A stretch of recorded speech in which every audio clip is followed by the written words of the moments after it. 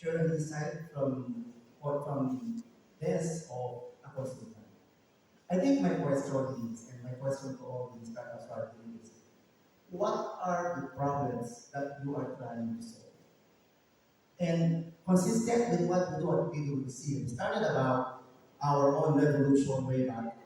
We've somehow forecasted or anticipated that tech disruption will either, erase the business or make the business more profitable and more on a sustained basis.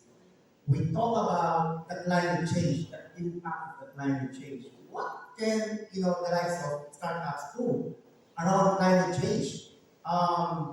What can we do about the fact that the Philippines will be among the top 15 largest economy by 2050? By 2050, right? What do we need to do now? What kind of preparations do we need to put in place? What kind of long-term investments do we need to make? In the Philippines, we have a lot of societal problems like access to quality education, access to quality healthcare. Before we talk about AI, about technology in general, think about all of these fundamental societal problems that we have. And this time what we do at PwC, what the strategy is all driven by our purpose. We talk about the mega trends of asymmetry, the social issues, the lack of trust, more applicable in the Philippines, more pronounced in the Philippines, right? The demographic change, the fact that the Philippines will be among the youngest countries in the world in the next 10 to 15 years. And then from there, we talk about our long-term strategies and what kind of investments do we need to do. Now at PwC, we actually have, we're no longer accountants doing income tax return, financial statements. We can help clients solve climate change. We can actually help them transition to net zero. And we have developed and invested in, I would say, next generation technologies that can actually tell you exactly how much is your carbon footprint at any given point in time and what kind of solutions do we need to do in order to address it. So it's all about evolving, continuous evolving, right? And if you do that, it will now influence the future of workforce. 10 years ago, we don't have data engineers, we don't have data scientists, we don't have climate scientists. Now we have a lot of them in the field.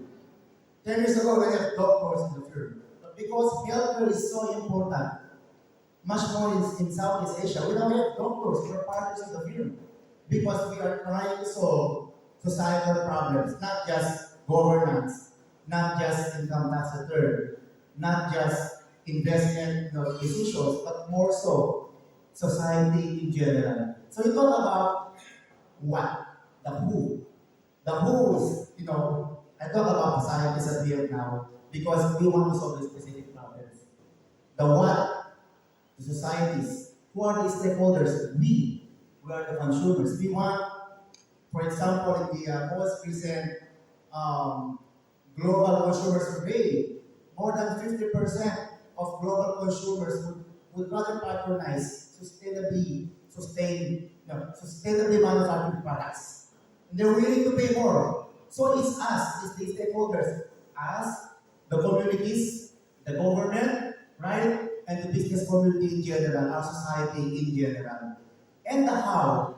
The how will all depend on what kind of problems are you going to solve. We talk about climate change, we invest in climate change. We talk about AI. We are investing $2 billion to incorporate AI in everything that we do. It will empower us. It will allow us to create more, produce more, deliver more, right? Deliver more value compared to what we have right now. So again, those are my insights, based on the questions that you asked. Very important to ask that question. What problems would you like to solve? Thank you.